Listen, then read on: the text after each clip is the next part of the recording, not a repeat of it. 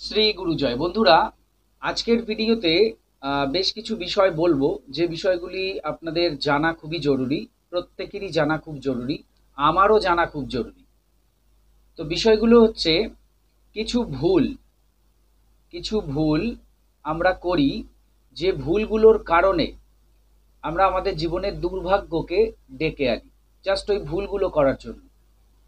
তো অনেক টেকনিক, অনেক টোটকা, অনেক কিছু তো করছেনই, কিন্তু পাশাপাশি এই ভুলগুলোও করছেন কিনা সেটাও জানা দরকার। যদি এই ভুলগুলো আপনি করছেন পাশাপাশি, সেক্ষেত্রে এই টেকনিক টোটকা যা কিছু করছেন তাতে খুব স্লো আপনি উপকার পেতে পারেন, অথবা উপকার নাও পেতে পারেন। তো সেই গুরুত্বপূর্ণ বিষয়গুলি আজকে আমি এই ভিডিওর মাধ্যমে আপনাদের জানাতে চেষ্টা করব। তো মন দিয়ে ভিডিওটি দেখুন। ভিডিওটি ভালো লাগলে অবশ্যই একটি লাইক করে দেবেন, বন্ধু বান্ধবের মধ্যে ভিডিওটিকে অবশ্যই শেয়ার করবেন, চ্যানেলটিকে সাবস্ক্রাইব করে পাশে থাকা বেল আইকনে ক্লিক করে অল অপশনটি অবশ্যই সিলেক্ট করে রাখবেন, যিনি ফার্স্ট টাইম এই চ্যানেল ভিজিট করছেন অর্থাৎ এই ভিডিওটি দেখছেন। দাদা, তোমার লক্ষ্মী মন্ত্র শুনে আমার খুব উপকার হয়েছে। এইভাবে তুমি আমাদের পাশে থেকো, অনেক উপকৃত হব আমরা। Thank you universe, thank you দাদা।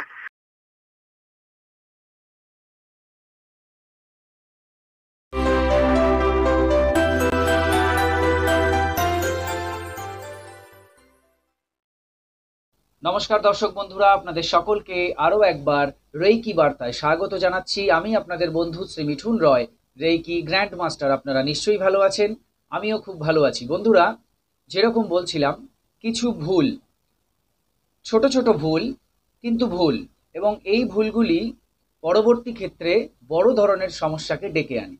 ওই যে বললাম, ব্যাড লাককে অ্যাট্রাক্ট করে।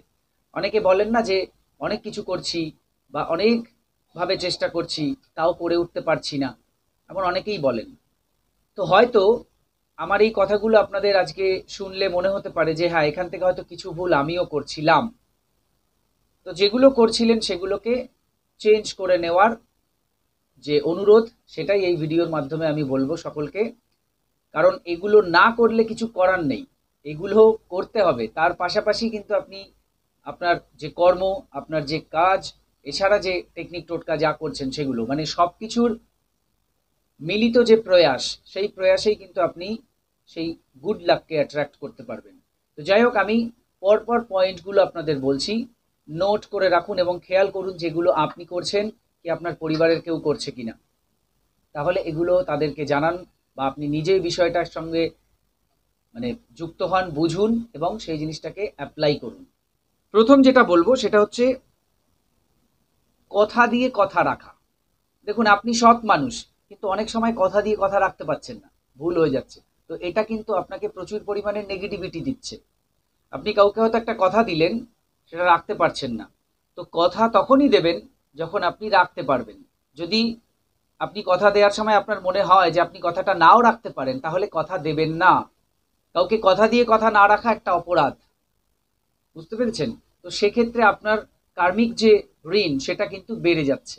অনেক সময় এরকমও হতে পারে যে আপনার ইচ্ছার বিরুদ্ধে হয়তো কথা রাখতে পারলেন না, সেক্ষেত্রে তার সঙ্গে সরাসরি কথা বলে তাকে বিষয়টা বুঝিয়ে দিন, যাতে তার মনে আপনার যে ছবি সেটা সবসময় পরিষ্কার থাকে। এটাই উদ্দেশ্য, আপনার ছবিটা যাতে অপরিষ্কার না হয়ে যায়, কালো না হয়ে যায়। তার মাইন্ডে যেন আপনার যে ছবিটা সেটা পরিষ্কার থাকে সবসময়, সেই জন্য বলছি নিড অ্যান্ড ক্লিন। 2 নম্বর হচ্ছে সত্য কথা বলা। সত্য কথা বলতেই হবে। যত মিথ্যা কথা বলবেন তত নেগেটিভিটিকে অ্যাট্রাক্ট করবেন, নেগেটিভিটির মধ্যে চলে যাবেন। যতই টেকনিক করুন, টোটকা করুন, যাই করুন না কেন, ওই স্বভাবটি যদি আপনার ত্যাগ না হয়, তাহলে কিন্তু কিছু হবে না।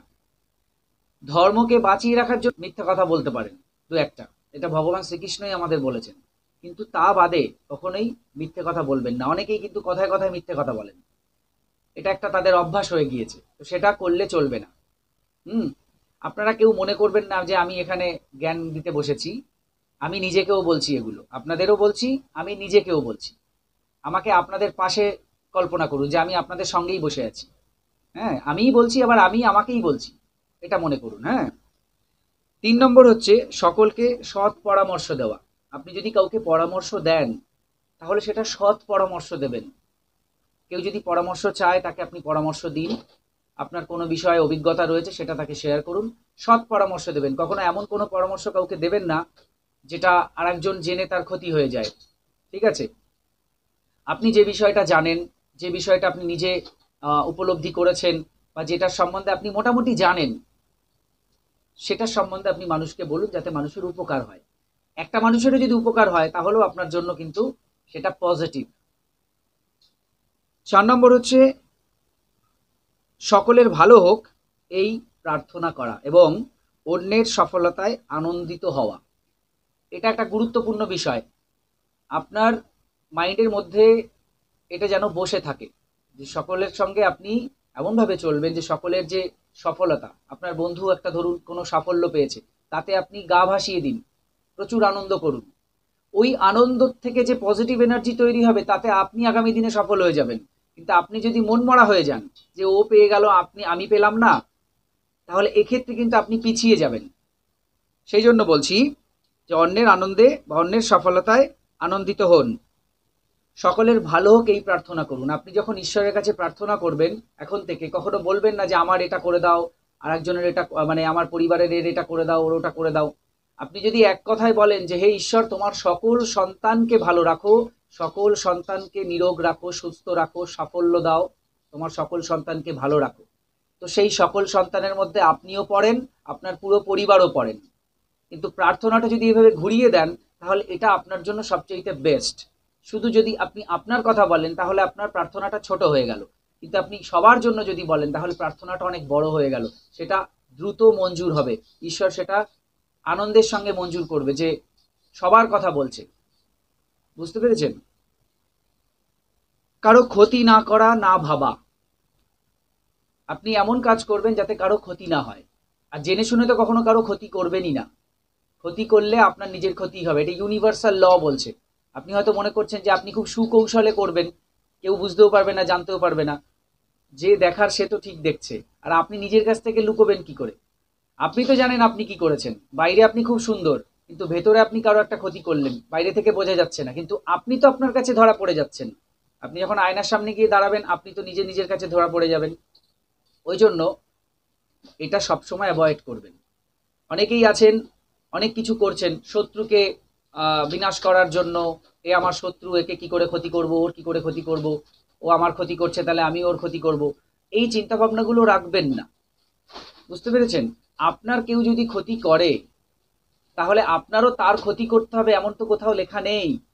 তাহলে আপনি এবং সে সমান দোষে দুষ্ট হলেন। ঈশ্বরের চোখে আপনারা দুজনই কিন্তু সেম অপরাধ করলেন। অর্থাৎ ঈশ্বর যখন শাস্তি দেবে, উভয়কেই দেবে। তাহলে আপনি লাভ কি করলেন? আপনি তো লস করলেন। আপনি যদি সমস্ত বিষয়টা ঈশ্বরের ওপরে ছেড়ে দেন, তো সেটা হচ্ছে সঠিক। অনেকে বলবেন ঈশ্বরের কাছে ছেড়ে দিচ্ছি অনেক দিন ধরে, কই ঈশ্বর তো কিছু করছে না। ঈশ্বরের যখন করার তখন করবে, সময়ের আগে তো কিছু হবে না। যদি ঈশ্বর, এই জিনিস তো আমরা বহু আগেই দেখেছি। ভগবান শ্রীকৃষ্ণ কংসকে বধ করেছেন অনেক পরে, সে তো শুরুতেই ছোটবেলায় পারতেন করতে, করেননি কেন? রাবণ, ভগবান রামচন্দ্র তাকে বধ করেছিলেন, সেটাও একটা অনেক পরে, চাইলে তো আগেই করে দিতে পারতেন। এমনকি হনুমানজি রাবণের বধ করে দিতে পারতেন, সেরকম একটা পরিস্থিতিও তৈরি হয়েছিল, কিন্তু হয়নি। কারণ সময়ে সবকিছু হবে। আপনার সেই সময় অবধি অপেক্ষা করতে হবে। আপনি ঈশ্বরের হাত যদি ধরে রাখেন, ঈশ্বরকে সবসময় যদি ধরে চলেন, আপনার কিছু হবে না। আপনার মনে হচ্ছে আপনি সাময়িক সমস্যার মধ্যে পড়লেন, কিন্তু ঈশ্বরই উদ্ধার করবে। এই মেন্টালিটি রাখতে হবে। কারো ক্ষতি করা যাবে না, ক্ষতি করলে আপনারও ক্ষতি হবেই। এবং ভাবাও যাবে না। আপনি ভাবছেন মনে মনে, সেটাতে আরো খারাপ। আপনি যখন আপনার মাইন্ডের মধ্যে ভাবছেন, তো আপনি কার মাইন্ডে ভাবছেন? আপনার কি ভাবছেন? খারাপ চিন্তা। খারাপ চিন্তা মানে নেগেটিভিটি। তাহলে কার মধ্যে আপনি নেগেটিভিটিকে নিয়ে এলেন? আপনার নিজের মধ্যে। তো ক্ষতি আগে কার হবে? আপনার হবে। তো ভাবাও যাবে না।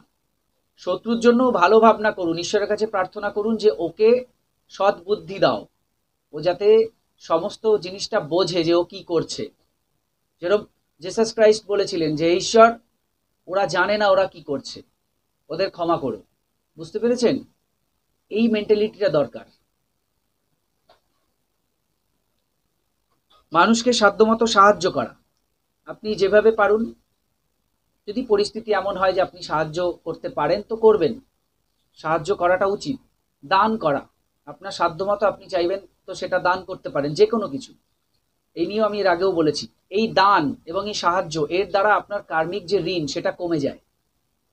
বুঝতে পেরেছেন? তো আপনার সাধ্য মতো আপনি যদি পারেন তো অবশ্যই করবেন। দান করা মানে একেবারে ডাইরেক্ট ঈশ্বরের সেবা করা। বুঝতে পেরেছেন? কাউকে কিছু দান করলেন, সাহায্য করলেন, অর্থাৎ মনে করুন যে আপনি ঈশ্বর সেবা করলেন। ওই ঘরে আপনি রসগোল্লা, মিষ্টি, সন্দেশ ঠাকুরের সামনে দিলেন, ঘন্টা বাজালেন, ধূপ আরতি করলেন। সেটার থেকেও বেটার হচ্ছে কাউকে যদি আপনি ঈশ্বর জ্ঞানে দান করেন। ওটাই, তাকেই মনে করুন তার মধ্যে তো ঈশ্বর রয়েছে, তো তা আপনি ঈশ্বর সেবা করলেন, সেটা সবচাইতে উত্তম। সমস্ত মানুষকে ঈশ্বরের অংশরূপে দেখতে চেষ্টা করা, ওই একই ব্যাপার। প্রত্যেকটা মানুষের মধ্যে ঈশ্বর রয়েছে, আমার আপনার প্রত্যেকের মধ্যেই, প্রত্যেকটা জীবের মধ্যেই কিন্তু ঈশ্বরের অংশ রয়েছে। তো সুতরাং প্রত্যেককে সেই অ্যাঙ্গেল দিয়ে আপনি দেখতে পারেন। প্রত্যেককে আমি ঈশ্বর মনে করতে বলছি না, কিন্তু ঈশ্বরের অংশ প্রত্যেকের মধ্যে আছে, অর্থাৎ সেই ঈশ্বরের মতোই। তো তাকে আপনি সেই রূপে, যেরকম সবার উপরে মানুষ সত্য, তাহার উপরে নাই, মনুষ্য ধর্ম সবার উপরে, তারপর বিভিন্ন ধর্ম, তো সেইটা মাথায় রাখতে হবে। এবারে কয়েকটা বিষয় রয়েছে। ছোটদের পড়াশোনার পাশাপাশি ধর্ম শিক্ষা দেওয়াটা জরুরি। ছোটদের পড়াশোনার পাশাপাশি, স্কুলের পড়াশোনার পাশাপাশি ধর্ম শিক্ষা দেওয়া জরুরি। আপনি সনাতন ধর্মের মানুষ, তো ধর্ম সম্বন্ধে তাকে শিক্ষা দেওয়া উচিত। আপনি ইসলাম ধর্মের মানুষ, তো আপনার ইসলাম ধর্ম সম্বন্ধে তাকে বলা উচিত। আপনি অন্য কোনো ধর্মের মানুষ, তো সেই ধর্ম সম্বন্ধে আপনার সন্তানকে জানানো উচিত। শুধু স্কুলের পড়াশোনা, কলেজের পড়াশুনো এগুলো করলে কিন্তু প্রকৃত মানুষ হওয়া যায় না। একটা শিক্ষায় শিক্ষিত হওয়া যায় ঠিকই, কিন্তু সম্পূর্ণ শিক্ষাটা হয় না, সেইগুলো প্রয়োজন। একটা মানুষের মধ্যে যখন তার এই শিক্ষা, স্কুল কলেজের শিক্ষা এবং এই ধার্মিক শিক্ষা, পরিবেশের শিক্ষা, পারিপার্শ্বিক যে সমস্ত কিছুর শিক্ষা যখন একটা মানুষের মধ্যে সম্পূর্ণ রূপে যাবে, সেই মানুষ কিন্তু কারো ক্ষতিও করতে পারবে না, কারো খারাপও চাইতে পারবে না, মা বাবাকে কষ্ট দিচ্ছে এমন হতে হবে না, হ্যাঁ, ছেড়ে চলে যাচ্ছে, এগুলো কিছুই হবে না। তার মধ্যে ছোটবেলার থেকেই সেই ধর্ম বীজ বপন হয়ে যাবে, পুঁতে ফেলবেন আপনি। এই জিনিসটা করতে হবে। শুধু তাকে আপনি হাইলি এডুকেটেড করছেন, এই দিকটা ব্লাইন্ড করে দিচ্ছেন, অন্ধ করে দিচ্ছেন, পরে আপনারাই কান্নাকাটি করছেন, ছেলে বিদেশে চাকরিতে চলে গেছে, মাকে দেখছে না, বাবাকে দেখছে না, কারণ তার মধ্যে সেই ধর্ম শিক্ষাটাই তো দেননি, সেটা দিতে হবে। ছোটদের সামনে কখনো তর্ক বিতর্ক করবেন না। ছোটদের সামনে হাজবেন্ড ওয়াইফ বা বাড়ির বড়রা কখনো তর্ক বিতর্ক, ঝগড়া অশান্তি করবেন না, অ্যাভয়েড করবেন। অন্য জায়গায় গিয়ে করুন, দরকার পড়লে বাড়ি থেকে বেরিয়ে গিয়ে মাঠে গিয়ে দুজন ঝগড়া করে আসুন। বাচ্চার সামনে করবেন না, হলে বাচ্চাকে খেলতে পাঠিয়ে দিয়ে করুন। তারা যদি এগুলো দেখে, এগুলো দেখতে দেখতে বড় হয়, তাহলে বুঝতেই পারছেন এগুলো করা যাবে না। মুখের ভাষা, ঘরের মধ্যে যখন কথা বলছেন বাচ্চাদের সামনে, ভাষা সংযত করতে হবে, ভাষা খারাপ করা যাবে না। সব কিন্তু শিখে যাবে বাচ্চারা, এবং পরবর্তী ক্ষেত্রে আপনিই চিন্তায় পড়ে যাবেন যে বাচ্চা এরকম কি করে হচ্ছে, এত রেগে যাচ্ছে কেন, এত এটা ওটা ছুঁড়ে ফেলছে কেন, আপনাদের কাছ থেকে শিখছে, খেয়াল রাখতে হবে। আর হচ্ছে 10 নম্বর, এবার এটা লাস্ট, মনের মধ্যে সবসময় শুভ চিন্তা করবেন। আমি এর আগেও একটা পয়েন্টের মধ্যে এটা বোঝালাম। আপনি যদি খারাপ চিন্তা করেন তাহলে আপনার মন কুলসিত হবে। নিজের মনকে কুলসিত করবেন না, কারণ মন হচ্ছে ঈশ্বরের ঘর। আপনি মনে করতে পারেন আপনার মধ্যে যে মন, সেই মনই হচ্ছে ঈশ্বরের ঘর। তাকে আপনি যদি শুদ্ধ রাখতে পারেন, পরিষ্কার রাখার চেষ্টা করেন, তাহলে ঈশ্বরের ঘর বা মন্দির পরিষ্কার থাকবে। আপনি যদি সেখানে নেগেটিভ চিন্তা করেন, কারো ক্ষতির চিন্তা করেন, খারাপ চিন্তা করেন, তাহলে নোংরা হয়ে গেল ঘরটা। তো আপনি চাইবেন না নিশ্চয়ই আপনার ঘরের মন্দির নোংরা হোক, পরিষ্কার থাকুক, সেটাই চাইবেন। তো আপনার মনই হচ্ছে ঈশ্বরের ঘর, সেটাকে পরিষ্কার রাখার চেষ্টা করবেন। তো এই কথাগুলো বলার ছিল, আপনাদের বললাম। আমি আবারও আপনাদেরকে বলবো, এই কথাগুলো আমি শুধু আপনাদের বললাম না, আমি নিজেকেও বললাম। সুতরাং কেউ মনে করবেন না যে আমি জ্ঞান দিচ্ছি, অনেক বড় জ্ঞানদাতা হয়ে গেছি, এটা ভাববেন না। আমি নিজেকেও কথাগুলো বললাম, আপনাদেরও বললাম। এগুলো আমাদের প্রত্যেককেই মানতে হবে, মানতে হবে, মানতে হবে, না হলে আমরা ভালো কেউই হতে পারবো না। আর ভালো যদি না হয়, ঈশ্বর ভালো কিছু দেবে কি করে? একটা পাত্র যদি ফুটো হয়, তাহলে সেখানে আপনি যে কোনো জিনিস রাখলে তো পড়ে যাবে, বেরিয়ে যাবে, রেখে লাভ কি? তো আগে নিজেকে ভালো পাত্র করতে হবে, তারপর তো সেখানে ঈশ্বর দেবে। আপনার যদি ফুটো থাকে বাটিতে, তাহলে সেখানে দুধ বা অন্য কিছু দিলে লাভ কি? সে তো পড়ে যাবে। তো নিজেকে আগে ওই ভালো বাটি তৈরি করতে হবে বা পাত্র তৈরি করতে হবে, যার মধ্যে ঈশ্বর দিতে পারবে। বুঝতে পেরেছেন? তো এই ছিল আজকের ভিডিও। আরও কিছু জানতে অথবা রেকি শিখতে স্ক্রিনে দেওয়া নাম্বার হোয়াটসঅ্যাপ করুন। বর্তমানে প্রত্যেকটি ক্লাস অনলাইনে হচ্ছে, আপনার বাড়িতে বসে আপনি যে কোনো ক্লাস বা কোর্স ইজিলি করতে পারবেন। হোলি ফায়ার 3 রেকি, যা বিশ্বের সবচেয়ে শক্তিশালী রেকি, যে রেকি শিখলে আপনি আপনার জীবনের সমস্ত ধরনের সমস্যাকে সমাধান করতে পারবেন।